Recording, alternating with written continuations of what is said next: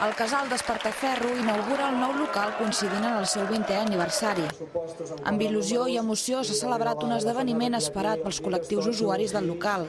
Per tal de donar una benvinguda de caràcter festiu, la inauguració ha comptat amb una sèrie de parlaments, timbalers i un dinar popular de colles.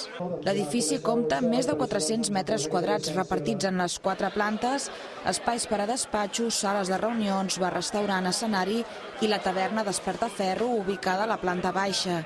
Però tot i tenir l'espai acabat, encara hi ha feina. Bé, ara aquestes primeres setmanes hem de fer la mudança, ens hem de sentar, hem de veure de quins espais disposem.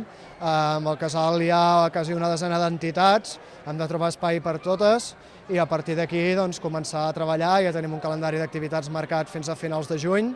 El solar on s'ha construït el local és una concessió de l'Ajuntament de Reus, ubicat al carrer Martí Napolità, i la seva edificació ha estat possible gràcies a les subvencions de la Secretaria General de Joventut de la Generalitat de Catalunya.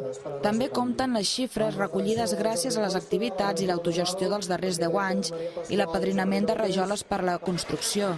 Una altra font financera ha estat COP57, una banca ètica de Barcelona que els ha prestat 150.000 euros.